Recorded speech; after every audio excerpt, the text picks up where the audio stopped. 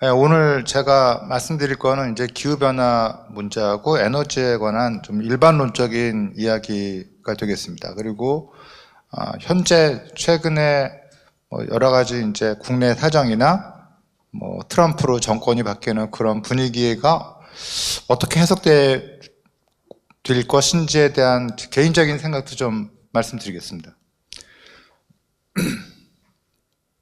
일단 설비학회에 계신 분들이시지만 일단 우리나라 에너지 이슈가 어떤 건지에 대한 부분을 개략 설명을 드리고 탄소 중립 문제는 어떻게 될 것인지 이런 얘기를 좀 드리고 그 다음에 에너지 시스템에 대한 변화에 대한 말씀을 드리겠습니다. 근데 이제 왜 이렇게 되냐면 탄소 중립에 관한 입장을 이제 대한민국은 비교적 우리가 기후 악당 이렇게 국제사회로부터 비난은 받고 있는데 사실은 대한민국처럼 모든 계획 체계를 탄소 중립에 맞춰서 실천적으로 해보려고 하는 나라도 흔치 않습니다. 대부분의 나라는 기후변화 파리 협약에 나오는 NDC를 어떤 비전 정도로 보고 있는데 계획 체계에 그대로 기계적으로 반영하는 나라는 어떤 면에서 우리나라가 가장 크지 않을까. 그만큼 진지하게 하고 있는 상태죠.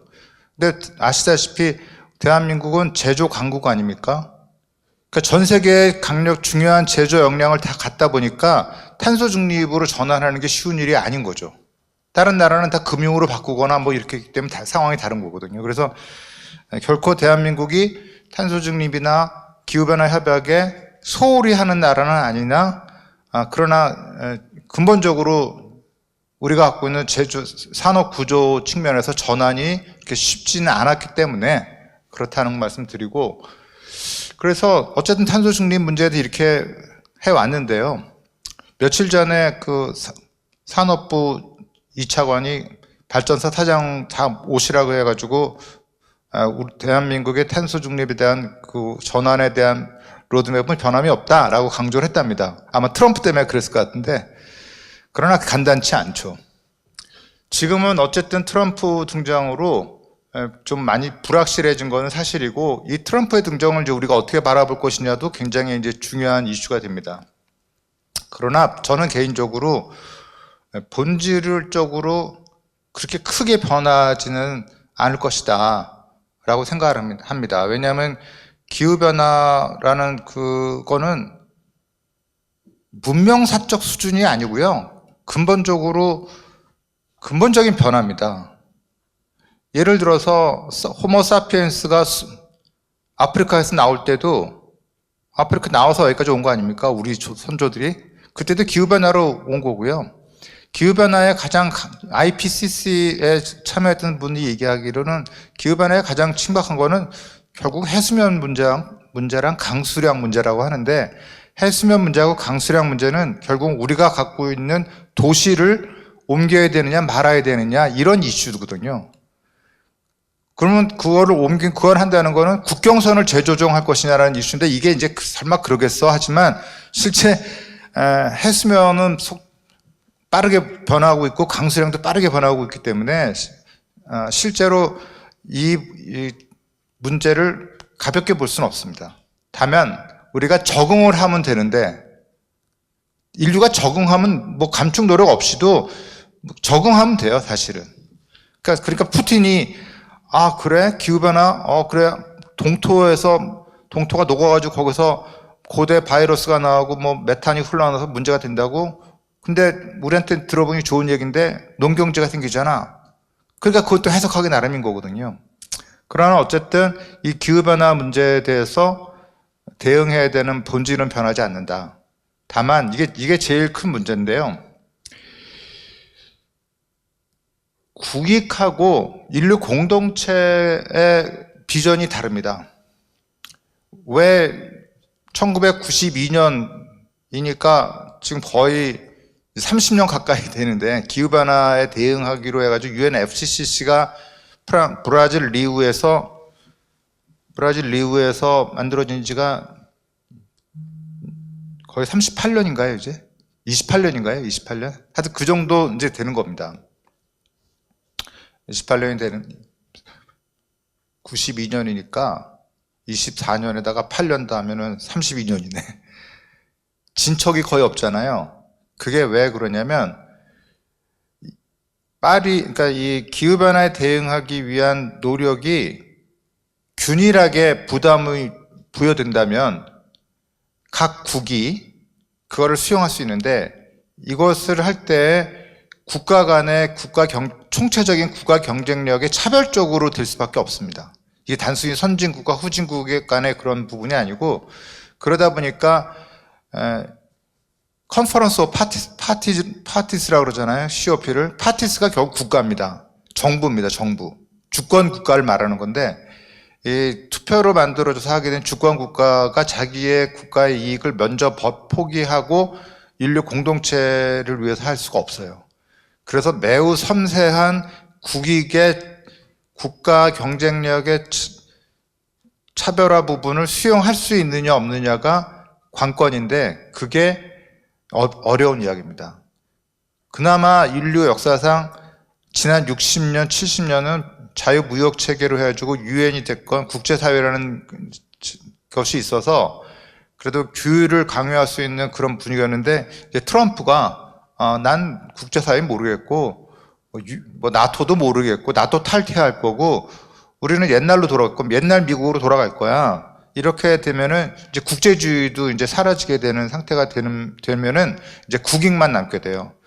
그러면 어느 나라 국가도 인류 공용의 가치를 위해서 자국의 산업을 포기할 수 있는 국가는 없습니다.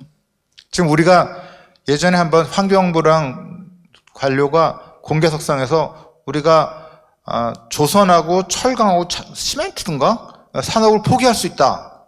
파리 협약을 위해서 그렇게 했다 그래가지고 다들 경악을 했는데, 실제로 그렇게 할 수 있겠어요? 쉽지 않습니다. 그래서 이 두 가지 간의 갈등 문제는 간단치 않고요. 그 다음에 또 하나가 이제 에너지 원간 갈등인데, 에너지 원간은 항상 시장에서 경쟁을 합니다, 보통. 그 기술적인 기술 혁신의 측면에서 전문가들끼리 수소 전문가하고 뭐 원자력 전문가하고 태양 전문가끼리 맨날 서로 싸웁니다. 누가 더 혁신성이 있고 누가 더 포텐셜이 있고 이렇게 가지고 항상 논쟁을 하는데, 시장에서도 경쟁하고 학술적으로도 경쟁하게 돼 있어요. 그런데 이제 최근에는 이 부분이 국내적으로도 여러분 아시다시피 지난 정부 때 탈핵한다고 해가지고 처음으로 에너지 원간 부분이 정치적 이슈로 전환이 됩니다. 그 다음에 지금은 이제 원자력만 하겠다. 그래가지고 지금 나머지 태양광, 뭐 해상풍력, 뭐 수소, 뭐 석탄, 가스 사람들이 또 다 입이 이만큼 나와 있는 상태죠. 그래서 이제 국내적으로는 원간 갈등이 처음으로 시장과 학술적 수준이 아니라 정쟁의 수준으로 올라가는데, 이번에 트럼프가 사실상 당선된 그 시점에 얘기를 할 때 자세히 들어보면, 저도 우연치 들었는데 그때 무슨 얘기를 하냐면, 뭐 일반적인 얘기예요. 뭐 아메리카 퍼스트 일반적인 얘기하는데 구체적인 얘기는 딱 이거예요. 나는 미국에 있는 가스와 석유를 사랑한다 이러면서, 우리는 강력하다. 미국이 셰일가스 개발하고 그동안의 국가 전략적인 원칙으로 자국 내에 있는 석유 개발을 안 했어요. 왜냐면 나중에 쓰려고. 그거를 이제 개발을 하기로 하고 수출도 하기로 하면서 중동에서 벗어나면서 이들이 유럽으로부터 자유로워지고 다 자유로워진 거거든요. 그러니까 이제 그런 일이 있어서 이 원간의 갈등도 앞으로 더 첨예하게 될 가능성이 높습니다. 그럴 때 이때 이제 마지막으로 나오는 얘기가 이제 92년도 리우에서 많은 환경 뭐에 대한 국제 협약이 만들어집니다. 그 당시에 기후변화 협약도 있고 뭐 산림 어투도 있고 아젠다 21도 있고, 그때 여러 가지 국제 협약이 환경 관련한 협약이 있는데 그게 다 지속 가능성에 대한 합의인데, 그것의 오리진이 뭐냐면 뭐 많이 여기 읽어보셨겠지만 로마 클럽 보고서 성장의 한계라는 책이 있어요. 그 책이 사실은 촉발을 해서 지속 가능성에 대한 이슈를 촉발을 하고 그것에 대해서 각 부문별로 논의돼가지고 그것이 리우에서 이제 국제협약으로 전환이 되는데, 그 책에 보면은 로마 클럽 보고서에도 여기도 보면 이제 인류는 망한다 이렇게 되어 있는데, 거기에 딱 한 챕터가 기술에 관한 사항이 있는데, 기술이 과연 이러한 지속 가능성을 침해하는 이 어두운 시나리오에 기술로 해결할 수 있을 것이냐 논쟁을 하다가 결론은 기술에 대한 역할에 관한 이야기를 판단을 유보합니다. 이렇게 나옵니다. 챕터 하나로 쭉 설명을 해요. 근데 거기에 이런 말은 나와요. 거의 이런 식이에요. 과학자들은 된다고 얘기를 한다, 기술로. 근데 뭐 어떤 사람은 안 된다고 그러는데, 그때 이런 표현이 나와요. 과학자들은 천박한 낙천주의자들이다. 이렇게 말을 써요. 과학자들은 기술로 다 해결하니까 너무 걱정하지 마. 연구비만 줘. 이렇게 얘기를 하는데, 그들은 천박한 낙천주의자다. 그래서 하는데 지금은 상황이 바뀌었어요. IPCC나 이런 데 보고서에는 결국은 기술밖에 없다. 감축을 하건 적응을 하건 지금은 기술로 디스토피아를 가건 안 가건 상관없이 기술 말고 대안은 없다. 이런 이제 입장으로 많이 전환이 되죠. 어쨌든 이런 배경을 가지고 설명을 드리겠습니다. 우리나라 에너지를 보면요, 여러분, 제가 80학번인데 우리 중고등학교 때까지 갈탄 썼잖아요. 갈탄, 겨울에 갈탄, 주번이 갈탄 받아오면 난로에 집어넣어가지고 불 때우고 그 주변에 도시락 놓고, 그 다음에 이제 연탄, 저 중학교 때까지 연탄, 겨울에 밤에 한두 시에 일어나가지고 연탄 갈고 매일 이제 그렇게 살았던 시절이 있었죠. 그 다음에 1960년 그때만 해도 우리나라가 보십시오. 신탄, 땔감, 쉽게 말해서 산에서 나무 해가지고 50%를 썼어요, 여러분. 그 60년 초만 해도, 그러니까 50년대, 60년에도 우리나라 에너지의 절반은 산에서 나무로 해온 겁니다. 그러니까 우리 50년대, 60년대 산을 보시면요, 일제시대 때 그렇게 벌목을 강하게 처벌했음에도 불구하고 50년대, 60년대 영화를 보십시오. 대한민국의 강원도 빼고는 대한민국의 산은 다 민둥산입니다.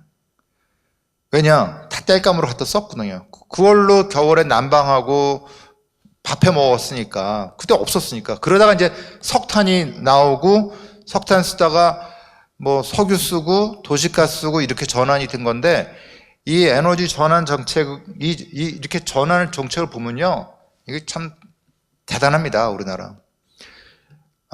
석유 파동이 있었을 때 대한민국의 발전 설비의 70%가 석유 발전소인데, 석유가 위험하다는 인식이 있으니까 어떻게 하냐면요, 아주 짧은 시기에 석유 발전소를 다 퇴출시켜버려요, 여러분. 정말 대단한 나라예요.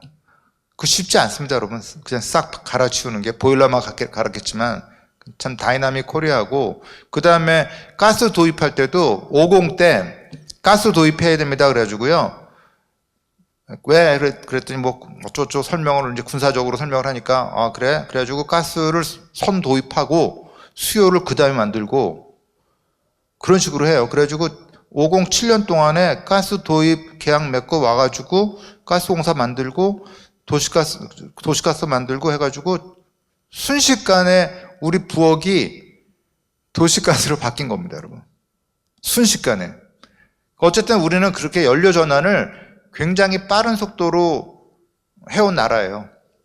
정말 대단한 나라입니다. 그러니까 50 때 발전 설비가 너무 남아들어가지고 예비율이 100% 수준인데, 그때 하여튼 갑자기 3조가 오면서 미리 놀고 있던 발전소가 없었으면은 50하고 때 우리가 GDP가 딱 2배 뜨는데 100% 성장을 하는데 공장이 풀 가동을 하게 되죠. 하여튼 그런 식으로 비교적 대한민국은 에너지 부분을 성공적으로 매니지 해왔고, 대한민국의 중화학공업 제조 강국으로 가는 것을 비교적 잘 견인해온 나라라고 볼 수 있습니다. 그래서 우리나라의 에너지 단위 면적당 에너지 밀도는 세계 최고입니다, 여러분. 그냥 최고입니다, 최고. 근데 저게 우리나라의 국토의 70%가 산악지대니까요, 유용한 쓸 수 있는 지대가 30%밖에 안 되잖아요. 그러니까 그것까지 따지면은 우리나라는 인류 역사상 최강의 에너지 설비를 구축한 나라가 됩니다. 그래서 만약에 2000년 후에 인류가 다 바뀌어서 호모 사피엔스 2-로 바뀌어가지고 고대 문화 따듯이 이제 하면은 에너지 설비만 가지고 이제 트레이싱을 하면은 그 2000년 후에 고고학자들은 대한민국이 세계 최강의 국가였다라고 설명을 하게 될 거예요. 실제 에너지 베이스로 보면 세계 최강 맞습니다. 근데 저는 전기과 나왔으니까 전력 수급 계획, 요즘엔 안 하지만 전력 수급 계획 뭐 이런 거 이제 관여를 계속 많이 했었습니다. 그래서 저희 전기과에서는 9.15 정전, MB 때 있었던 9.15 대정전, 사실은 이제 다 불만이 많아요. 그 정전이 아니고 사전 예고 없이 진행된 순환 단전인데, 그거를 이제 대한민국에서는 요만큼의 전기가 공급이 안 되는 것도 용납이 안 되는 그런 사회입니다. 그래가지고 전 세계적으로 정전, 일정 규모 이상의 정전은 등재를 하게 되는데 거기 등재가 안 돼요. 자격이 안 돼가지고. 정전이 아니니까. 순환 단전이니까. 그래서 그때 어쨌든 그때 처음으로 전기과, 그다음에 한전, 특히 한전의 송전직, 사무직, 전기과 교수들이 깜짝 놀라요. 우리는 단일망입니다. 단일망. 회로로 따지면 단일망이어가지고 문제가 생기면은 그냥 전국 단위 블랙아웃이 되는 나라거든요. 전국 단위로 한꺼번에. 그래가지고 우리 주파수 60초인데 59점 하도 그 정도 떨어지면 발전기가 이제 사고가 나가지고, 아니면 무슨 뭐 여기 망에 문제 생겨가지고 60Hz를 담보 못하고 50점 뭐 되면은 이게 단전을 시켜버려요. 뭐 전라도를 단전시킨다 이런 식으로. 근데 그런 거는 우리가 교과서에 하나 있는 거지 그런 일은 일어나지 않을 거라고 굳게 믿고 있었는데 9.15 때 처음으로 대규모 단전이 발생할 수 있구나, 대정전이 발생할 수 있는 거네 라는 거를 실감을 합니다. 그 다음부터 저도 밤에 산보할 때 한강 산보하면은 저 대정전 되면 어떡하지? 라는 걱정이 되더라고요. 그래가지고 여기 전공이라는 게 내가 전기과 맞긴 맞구나 이런 한 적이 있는데, 그래서 이게 세계 최고 고밀도 사회인데다가 이렇게까지 고밀도 사회에 고밀도 엔지니어링을 운영하는 나라는 전 세계적으로 없습니다, 여러분. 부존자원 아예 없죠. 우리 부존자원 아예 없는 나라입니다. 저렇게 에너지를 많이 쓰는데 부존자원은 없죠. 지역 연계 없죠. 사회적 갈등은 또 무지하게 많습니다, 여러분. 요즘에 사회적 갈등이, 에너지 쪽에 사회적 갈등이 별로 없어요, 여러분. 예전에는 상당한 수의 정치적인 거 말고는 사회적 갈등의 상당수가 에너지 분야에서 비롯되는데 요즘에 사회적 갈등이 없어요. 왠지 아세요? 이제 송전망 더 지을 생각 안 해서 그래요. 필요한데 이제는, 예전에는 어떻게든 지으려고 하다 보니까 갈등이 생겼는데 요즘에는 갈등이 생기면 짓지 마. 그래가지고 요즘에는 안 짓습니다. 못 짓기도 하고. 그러다 보니까 이제 망 부족이, 발전소 부족은 어는데 망이 부족해져, 이미 망은 부족해졌고, 그러니까 발전소 지어도 이제 연결이 안 되는 수준을 하는데, 이제는 옛날 공무원처럼, 옛날 한전 사람들처럼 어떻게든가 이걸 개통을 시켜야 된다고 이렇게 몸 바치고 일하는 개념은 이제 없죠. 그래서 갈등이 없어요. 예전에 무리하더라도 관통을 시켜야 되니까 무리해서 막 했거든요. 요즘에는 무리하지 말자. 안 되면 어때? 이렇게 돼가지고 갈등이 없는 건데, 이 갈등이 없는 시기를 좀 지나면은 이제 정전의 시대로 갑니다. 실제로. 하여튼 이렇게 돼 있고, 그래서 여러 가지 얘기들이 이제 많아요, 여러분. 우리가 이제 지금까지 62년 1월 13일 5.16 나고 62년 1월 13일 제1차 경제개발 5개년 계획이 공표가 되고 3일 있다 제가 태어나고, 그 다음에 62년 3월에 제1차 장기전원 개발 계획을 한전이 발표를 해요. 그래가지고 한전이 1차 경제개발 5개년 계획으로 해서 발생될 수요를 산정해서 발전소하고 망을 만들어요. 미리미리. 그 방식이 지금까지도 전력수급 기본계획의 형태로 그대로 남아 있습니다. 수요를 예측해서 발전소를 짓는다. 망하고 이렇게. 근데 그런 계획 방식이 이제 작동하지 않게 되는 상황이 돼서 우리는 요즘에 전력수급 기본계획 없애라 이런 말을 이제 심심치 않게들 합니다. 그거 작동도 하지 않는 거 하지 마라. 수요 평가도 예측도 이제 믿을 수 없다. 이제 이렇게. 그 다음에 이제 정치적인 거, 뭐 여러 가지 이제 있는데 최근에 가장 심각한 장애는 전력망 부족입니다. 이건 전 세계적으로 그래요, 여러분. 전 세계적으로, 전력망 부족으로 에너지 전환이나 탄소 중립이 어려울 거다라는 얘기를 전 세계적으로 하는데 특히 우리나라는 이제 망 부족이 좀 더 심화된 나라인 게 연결이 안 돼 있잖아요. 우리 남조선 딱 단일 체계잖아요. 다른 나라는 다 연계가 돼 있어가지고 대륙 단위로 연계가 돼 있습니다. 대륙 단위로. 심지어 아프리카나 아시아도 돼 있어요, 여러분. 동북아만 안 돼 있습니다. 북한 때문에. 하여튼 이제 이런 구조가 있습니다, 여러분. 그래서 기후변화 이제 문제 여러 가지 있는데 이게 이제 여러 가지 복잡한 문제가 있어요. 근데 기후변화 대응해서 탈탄소를 해야 되는데 그러면은 우리는 문제는 우리 대한민국의 고민이 이거는 제조 강국인데 우리가 여러분 영국엔 공장이 없어요, 여러분. 그냥 티피컬하게 얘기합니다. 우리끼리 얘기할 때 이제 영국엔 공장이 없지 않습니까? 독일은 공장이 문을 닫고 있지 않습니까? 그 다음에 미국은 공장을 불러들이려고 하고 있는 상태고 일본도 지금 뭐 잃어버린 30년 해가지고 지금 뭐 완전히 그렇게 돼 있고 공장이 이제 엄청난 공장은 중국이 가지고 있는데 미국이 중국 공장에 있는 걸 막으려고 좀 최선을 다하고 있잖아요. 러시아는 뭐 엉망이. 그래서 서구 사회에 강력한 제조 국가 기반을 갖고 있는 유일한 나라가 우리나라입니다. 물론 우리나라 제조 역량도 늙어가고 있죠. 노조나 이렇게 해가지고. 그래서 근데 그러니까 우리는 강호동 같은 근육을 가지고 있는데 이 강호동 같은 근육을 진보 정부는 재생에너지로 유기농 풀을 먹고 제조업을 유지하라고 이제 지난 정부는 그렇게 한 거고 이번 정부는 분명히 원자력은 위험하죠. 원자력 위험하고 실제로 짓기도 어렵습니다. 원자력으로 처리해봐. 스테로이드 먹고 해봐. 이렇게 되는 거예요. 근데 미국은 어떻게 됐느냐? 트럼프가 우리 가스하고 석유로 할 거야. 그러면 어떤 일이 생기겠습니까, 여러분? 미국은 수송비도 들지 않는 자기 땅 속에서 나온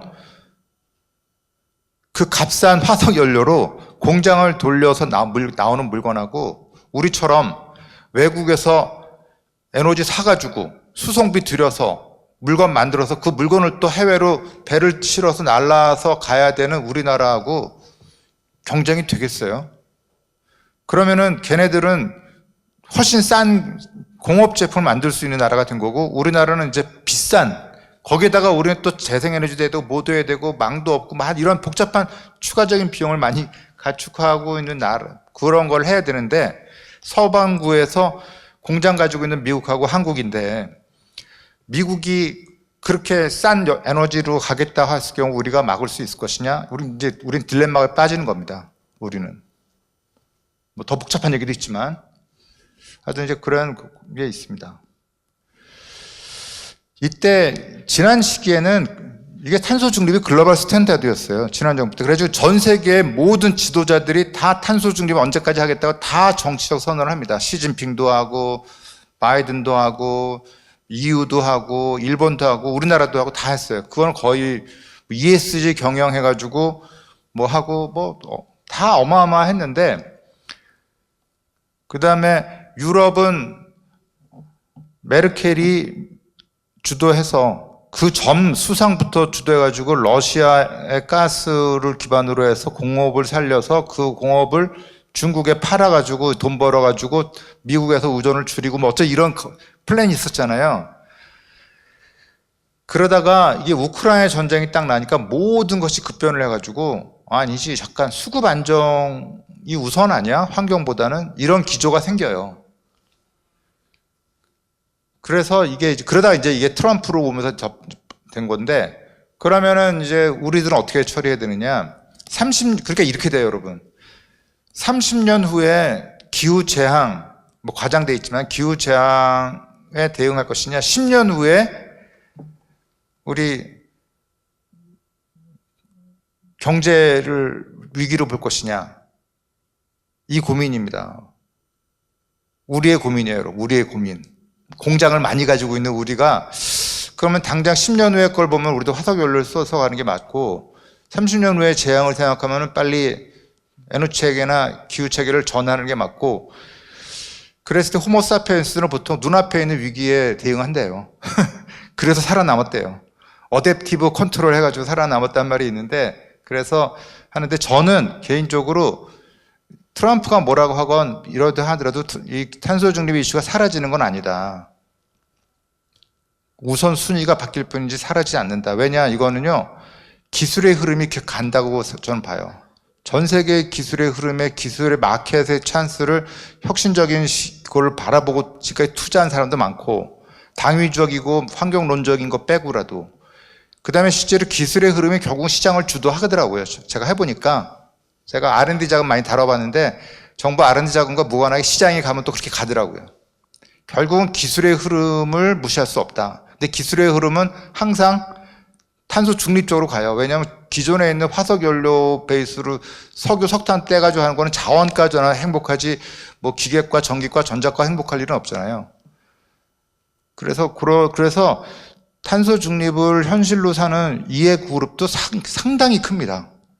그래서 이 이해관계를 그렇게 심플하게 우리는 화석연료로 해가지고 할 거라는 트럼프식의 심플한 방식으로 갈 수 없는 게 공화당 내에도 너무나 많은 이 탄소 중립형 공장을 유지하려는 사람들이 많아요. 거기서 많은 인력이 나오게 되고 그래서 탄소 중립 이슈는 계속 간다라고 봅니다. 근데 이게 여기서 이제 중요한 게 뭐 탄소 중립 파리 협약은 여러분 잘 아시니까 다른 얘기 좀 하자면 파리 협약만 있는 게 아닙니다, 여러분. 플라스틱 협약도 있고 메탄 서약도 있고 생물 종다양성 이슈들이 다 같이 와요. 그러니까 지금 당장은 우리가 파리 협약에 CO2가 이제 쓰나미처럼 왔는데 그 멀리 보면은 아련히 보면 플라스틱 협약이 있고 이번에 우리 부산에서 했어요. 플라스틱 협약이 있고 그 뒤에 보면 메탄 서약이 있고 저 뒤에 보면 이제 생물 다양성이 있고 저 옆으로 보면 이제 ESG가 꼭 사라진 건 아닙니다, 여러분. ESG도 이해관계자들이 꽤 많아요. 거기도 전 세계 회계하는 사람들이 ESG를 주도하거든요. 그것도 큰 비즈니스입니다, 회계하는 사람들한테. 그래서 탄소 중립은 간단치 않다. 말고도 또 많다. 탄소 중립은 원 오브 댐이다. 그 원 오브 댐인 탄소 중립도 쉽지는 않다. 제가 항상 그 얘기를 하는데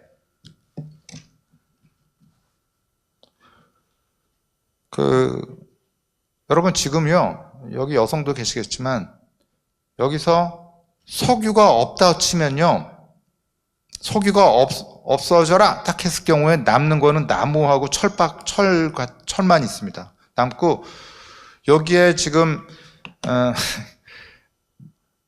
면으로 된 옷이 있고 비단 옷, 가죽 옷 빼고는 우리는 벌거벗고 있어야 돼요, 여러분. 여기 가죽으로 된 옷 몇 분 입고 계세요. 여기 비단 옷, 면 옷 말고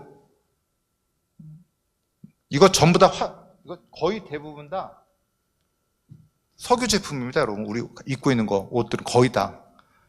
여기 플라스틱 있는 거 다 석유예요, 여러분. 석유 문명은 그렇게 쉽게 사라질 수 없어요, 여러분.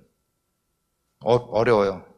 다시 흑인이 노예로 한 대규모 목화 플랜테이션 하지 않고서는요, 언제 비단을 만들겠어요? 누에 키워서. 가죽, 그거 구석기 시대 사람이나 신석기 시대 사람들이 갖고 노하우지 지금 그게 되나요? 그래서요, 석유 문명은 어렵습니다. 쉽지 않아요, 여러분. 근데 그래서 이제 얘기 나오는 게 전 세계적으로 얘기하는 게 탈석탄 어쩌고저쩌고 하다 보니까 이제 전기화로 갈 수밖에 없다. 그래가지고 전기화로 가야 된다는 거는 트럼프도 얘기하고 누구죠? 테슬라 하는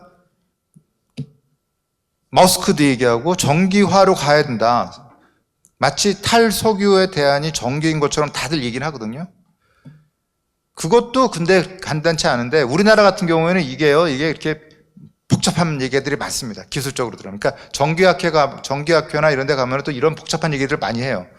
근데 설비학회 입장에서 봤을 때는 정규학회는 자기들이 솔루션을 내고 있다 생각하지만 사실 생각해보면 설비학회 사람들이 다 채택하는 거잖아요. 이런 거 전부 다. 그래서 보면은 이게 전기 그리드, 열 그리드, 가스 그리드, 나중에 장기적으로 올 수소 그리드, 뭐 이런 모든 부분을 어떻게 통합적으로 운영하면서 그리드의 부담을 최소화를 해갈 것이냐가 그게 섹터 커플링이라는 유명한 이야기인데 우리는 이미 다 꽉 차 있어서 이걸 어떻게 처리할지 이제 고민이 되는 게 많죠. 그래서 이게 구경제가 SK나 정유사들의 딜레마예요. 정유사들이 가령 SK다. SK는 석유도 하고 다 하잖아요. 가스도 하고 재생에너지도 하고 수소도 하는데 이게 구경제를 단칼에 없애고 신경제로 가기가 어려웁니다. 왜냐하면 돈을 벌고 있는 건 구경제니까. 구경제에서 구자산이 돈을 벌어서 그 돈으로 신경제, 신발전 기술을 넣어야 되는 부분이 있는데 간단치 않고요. 하여튼 여러 가지 이제 사회적 갈등이 많이 있습니다. 그래서 원래는 재생에너지처럼 비싼 에너지를 하려면은 재생에너지를 통해서 수출해서 그 번 돈으로 재생에너지 보조금을 만들어내야 되는 게 원칙인데, 그래서 지난 정부 때 저희 이제 에너지공단은 그렇게 하려고 노력은 했는데, 보조금 차별화하고 중국 막고 막 난리 폈었어요. 중국 못 들어오게 하려고. 근데 참 그것도 쉽지 않더라고요. 그러니까 지난 정부 때 뭐 정권은 뭐라고 했을지 모르지만 실무부서는 산업화 시키려고 중국 막고 뭐 내수시장 막고 수출 산업화하고 뭐 그다음에 대학하고 연동시키고 뭐 이런 노력을 하는데 그게 굉장히 많거든요. 수소도 있고 원자력도 SMR 있고 풍력도 부의식 풍력 있고 그것도 신기술이 많습니다. 혁신적인 부분들이. 그거를 여하이 잘 만들어서 하려고 했는데 간단치. 근데 우리나라 주력 업체를 보세요. 현기도 전기차, 수소버스, 내연기관 포트폴리오 어떻게 할 것이냐 관건이잖아요. 포스코도 수소환원법이냐 고로냐 전기로냐 가지고 고민을 하는 거죠. 다 그들의 경쟁력의 핵심입니다. 조선도 마찬가지예요. 조선이야말로 가장 탈탄소에 가장 강력한 규제를 하는 분야가 조선입니다. 조선도 그렇죠. IMO가 제일 강력하거든요. 거의 그래가지고 거기는 이제 내연기관 선박은 없어요, 여러분. 이미 거기 규제가 이미 시작됐기 때문에. 항공도 그렇고. 그 다음에 우리 SK만 해도 벌써 상당 부분이 그쪽이 있고, 삼성 같은 경우, 삼전 같은 경우에도 이제 공장에 용수를 줄 수 있느냐, 전기와 용수를 줄 수 있느냐, 이제 그 이슈고. 그래서 우리나라 주력 사업, 주력 업종의 크리티컬한 경쟁력 요소가 보면 다 이런 거예요.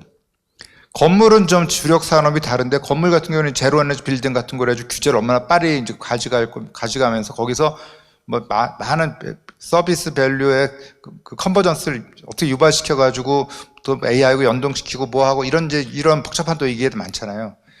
그래서 사실 탄소 중립이 기술 혁신을 유발하기엔 굉장히 좋은 아이템입니다. 석유 산업, 석유 가스 기반, 화석연료 기반보다는. 그러니까 대기업들이 탄소 중립이 무리하지만 오히려 되게 좋아하면서 대규모 투자를 시도한 게 오히려 지난 정부 때 탄소 중립을 지지한 건 대기업이었어요. 제 경험상. 하여튼 이제 이런 이야기들이 꽤 많습니다. 에너지도 그래서 에너지 복잡한 얘기가 많은데 혁신적인 아주 멋있는 얘기가 한편에 있고 또 한편은 이제 망 부족과 발전소 부족으로 인해서 수급 자체가 안 되는 이제 그런 어두움 두 개가 우리는 이제 이 간극이 점점 커지고 있는 거죠. 예전에는 단단한 수급 안정 기반의 뭔가 멋있는 얘기를 해보려고 이렇게 했는데요. 요즘에는 이게 천당과 지옥만큼 격차가 있어요.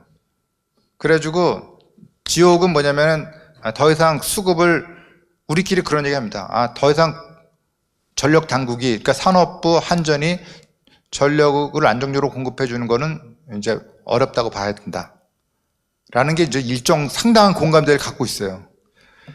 또 한편에서는 유럽이나 미국하고 이제 이제 연구소들이 연구를 하면은 걔네들이 무슨 혁신적인 아이디어를 가져오면은 거의 대부분 다 우리나라 이미 해봤던 연구인 거예요. 또 엄청나게 혁신적인 연구를 또 많이 한 이 두 개의 그 아주 이런 상태로 있습니다. 그래서 두 개 다 하고 있어요, 우리나라는. 그래서 참 어떻게 보면 참 다이나믹하다. 역시 대단한 나라다. 엉망이 돼가는데 하여튼 전 세계적으로 멋있는 건 다 해봤고 전 세계로 멋있는 건 다 했는데 성공한 건 없는데 어쨌든 뭘 하고 있고 하여튼 그런. 요즘엔 저도 이제 현업에서 벗어나다 보니까 이제 옛날 같으면 막 진짜 뭐 우울하게 막 얘기해야 될 게 이제 남 얘기처럼 이렇게 웃으면서 얘기하게 되는데 어쨌든 그런 상태입니다. 그래서 에너지 혁신이 본질인데, 그러니까 그 계속해서 지금 트럼프하고 머스크가 얘기 자세히 보세요, 여러분. 다 에너지 얘기가 많아요. 근데 그런 여러 가지 얘기들이 상당히 많이 논의되고 있다. 여기서 이제 이 부분에서 에너지라는 사람들은 다 자기 얘기라 생각하는데, 마지막 요 얘기만 하고 말씀드릴게요. 제가 92년도에 입사를 해가지고 제일 먼저 한 부분이 효율 향상 대책인데, 쉽게 말해서 옛날에 여러분 우리 형광등 이만한 거 썼어요. 40W짜리. 이거를 32W짜리 형광등으로 바꾸는 작업을 제가 제안해서 시작을 하는데, 그때 보니까 어떻게 되냐면은 현장에서는 어떻게 되냐면은 맨 마지막에 들어가는 장비인 거예요. 그래서 그때는 건물 짓는 사람이 돈이 다 떨어져가지고 맨 마지막에 이제 내부 치장제 쓸 때는 돈이 떨어져가지고 제 불량품 쓴다 그러더라고요. 그러니까 설비하는 사람보다 더 밑에 있는 사람들이었던 거예요. 우리는 전기과 입장에서 우리가 주도권을 가지고 있잖아 막 그랬는데 보니까 역시 토목이 크고 건물 크고 그다음에 설비고 그다음에 맨 마지막에 형광등 이런 거더라고요. 우선순위가 하얗게 그렇더라고요. 그래서 이게 결국은 이것도 시스템을 어떤 시스템과 어떤 설비를나 이 부분 이슈로 가는 거예요, 여러분. 그래서 여러분들이 잘 좀 에너지 하는 사람도 자기가 다 대장이라고 생각하니까 근데 실제 구매는 우리가 하니까 너희들 잘 설명해봐 라고 잘 한번 정기학교나 이런 분들 만나면 와서 설명해봐. 우리가 살지 말지 우리가 결정할게. 이렇게 잘 좀 설비학회에서 좀 봐주시면 고맙겠습니다. 일단 이 정도 마치고 뭐 질문 있으면 답변 드릴게요. 네, 감사합니다. 혹시 오늘 강연해 주신 내용에 대해서 또는 간접적으로 관련된 내용에 대해서 질문하실 사항이 있으시면 손들어 표해 주시기 바랍니다. 네. 여기 마이크 여기 교수님 여기 있습니다. 말씀 잘 들었습니다. 뭐 아주 그냥 다양한 시각으로 그 다각적인 이 탄소 중립 말씀을 종합적으로 해주신 것 같습니다. 어쨌든 바로 엊그제 끝난 그 COP29 아제르바이잔에서 끝나고 결국 결론으로 나온 거는 이제 3천억 불 마련한다. 원래는 사실 그 1조 3천억 불이었다고 얘기를 하는 것 같아요. 그래서 3천억 불이면은 뭐 그렇게 큰 돈이 아닐 수도 있는데 누가 낼까를 보니까 일단 미국은 아닐 것 같고.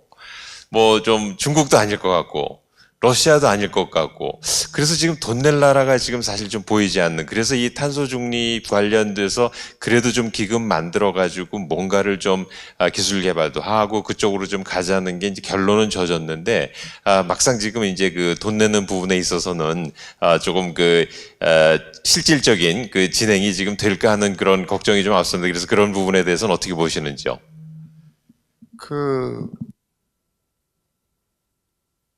유엔이나 이렇게 다자간에 가면은요, 개도국 사람들이나 이런 사람들이 항상 하는 얘기 딱 이거예요. According to the Agenda 21 plus China 해가지고 돈 내놔라. 그게 어떤 협약이건 파리 협약이 됐건, 그러니까 COP 파리 협약이 됐건 어느 협약이 됐건 항상 다자간 가면은 이제 돈 얘기를 해요. 결국은. 근데 그 말은 뭐냐면은 어떠한 종류의 다자간, 제가 경험해 본 바면은 어떠한 경우에도 돈이 없다는 얘기가 있습니다. 그러니까 지금 3천억 그것도 그냥 장부상 얘기지 그 돈이 모일지 안 모일지 알 수도 없고요. 우리나라도 우리가 녹색 성장한다 그랬을 때 우리가 제안해가지고 송도에 뭐 펀딩 뭐 하는 소스 만들었잖아요. GCF 이런 거. 그거 잘 안 되잖아요. 그래서 다자간에서의 펀딩은 안 되는 상태인데 게다가 지금 환경 의제를 주도해 가고 있는 것은 유럽이었는데 유럽이 이미 다 망했죠. 유럽 거의 다 망한 수준이죠. 미국은 가장 지금 잘 나가고 있는 건 미국인데 미국은 돈 안 내겠다 그러죠.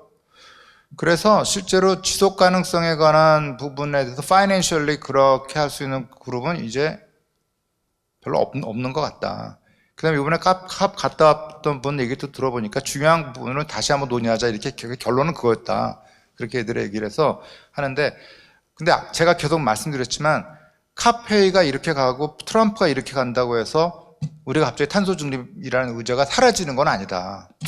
왜냐하면 면면이 불가피한 흐름이고 불가피한 기술의 흐름이고 불가피한 이해관계자의 흐름이 그렇기 때문에 미국이 석유만 가지고 해서 혼자 독야청청 살아남을 다는 트럼프식의 사고는 그냥 또 하나의 그냥 이렇게 스토리일 가능성이 높다 이렇게 보죠. 타격은 받겠지만. 네. 강연 너무 재미있게 잘 들었습니다. 사람마다 체질이 뭐 유기농이 좋을 수도 있고 또 스테로이드가 좋을 수도 있잖아요. 근데 이제 오늘 이제 말씀하신 것 중에 에너지 원간의 갈등이 굉장히 앞으로도 중요한 이슈가 될 텐데 우리나라의 에너지원에서 우리나라의 체질이 뭐 정답은 없을 겁니다. 여기에 대한 질문은 유기농이 좋을지 아니면 스테로이드가 좋을지 우리나라의 체질에 적절한 에너지원이 뭐라고 좀 개인적으로 생각하시는지 좀 여쭤보고 싶습니다. 저는 사실 원간 논쟁에 굉장히 관여를 많이 했었고요. 예전부터 지속 이슈도 그렇고 수국계획 위원장도 그렇고 에너지 기본계획도 그렇고 했는데 저는 되게 어처구니가 없다고 생각이 돼요. 유기농도 별로 없고 스테로이드도 별로 없어요. 다 없어요. 그러니까 지금은 청탁불문 에너지가 필요한 나라인데 마치 우리가 선택권이 있는 것처럼 정치권이라서 말을 하고 있는 거예요. 사실은 유기농도 몇 개 없고요. 스테로이드도 별로 없어요. 먹성은 많은데.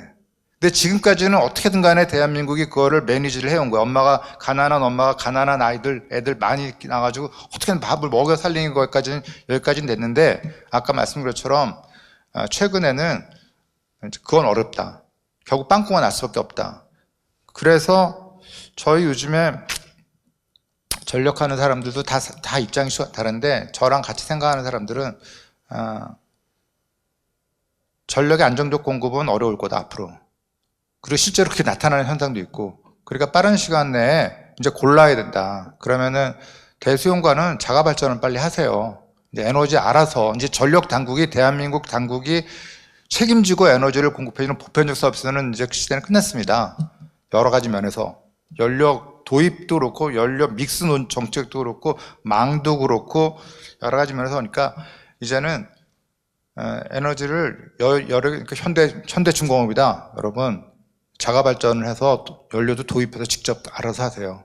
전력 거래소 통해서 하지 마시고 그런 얘기가 이제 나오는 수준인 상태인데 그래서 진보 정부는 재생에너지로 다 해결할 수 있다고 말하는 거고 이번 정부는 원자력으로 다 해결할 수 있다는 얘기인데 재생에너지도 이미 태양광은 개통해서 수용이 이제 더 어려워졌고 해상풍력은 논의는 하지만 계속 다 걸려가지고 지금 잘 안 되고 있고 최선을 다해서 하더라도 원자력 사람들 제가 정말 비난하고 싶은데 그 사람들은 사용 해결료에 대한 얘기 한마디도 안 하고 원전 안전 규제 정책에 대한 얘기도 안 하고 SMR 얘기를 하지만 SM 규제에 관한 얘기도 한마디도 안 하고 그들은 오직 먹는 얘기만 하지 그걸 어떻게 벌어올지 어떻게 이 얘기는 한마디도 안 해요. 그분들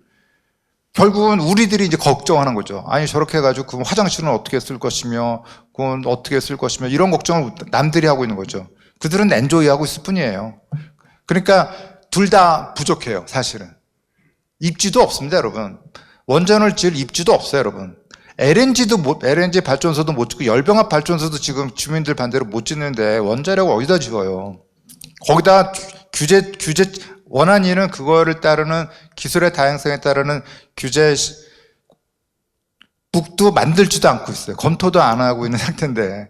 그러니까 지금 우리는 좋았던 시절로 이제 간 거고, 이제 좀 더 지나면요. 안 돼. 우리 얼마 전에 이제 또 국회에서 정기신문사랑 또 막 얘기를 한참 했는데, 한전 담당 실장 처장들은, 뭐, 저희는 참, 그들은 막 억울해해요. 그러면서 하는 말은 우리끼리 있을 때는, 안 됩니다. 이런 말을 하거든요. 안 됩니다. 이렇게. 그러니까 그 논쟁은 아니에요. 돈 한 푼도 없는 애들이 가가지고, 우리 오늘 가가지고, 청실, 홍실 룸사롱 갈까? 아니면은 저기, 강남에 템프로 갈까? 돈 한 푼도 없는 애들끼리 앉아서 싸우고 있는 거랑 똑같습니다. 좀 심하게 말하자면. 그렇습니다. 네, 감사합니다. 오늘 강연이 40분 정도 준비되어 있었는데 시간이 많이 간 관계로 오늘 강연은 여기서 마치도록 하겠습니다. 오늘 귀한 걸음 해주신 교수님께 학회에서 감사장을 좀 전해드리도록 하겠습니다. 우리 대한설비공학회 최준영 회장님께서 전해주시겠습니다.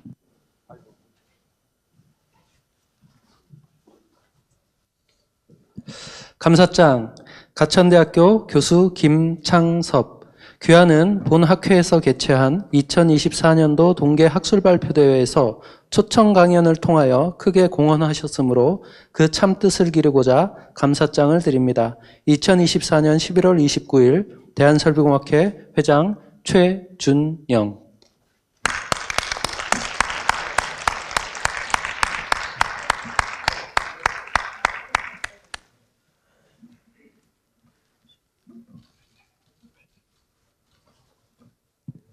네, 다시 한번 오늘 강연해 주신 교수님께 감사의 박수 부탁드립니다. 시간이 많이 지났는데요. 오늘 강연은 이것으로 마치고요. 점심 식사 이후에 학술발표대 세션 또 있으니까 많이 참여해 주시기 바랍니다. 수고하셨습니다.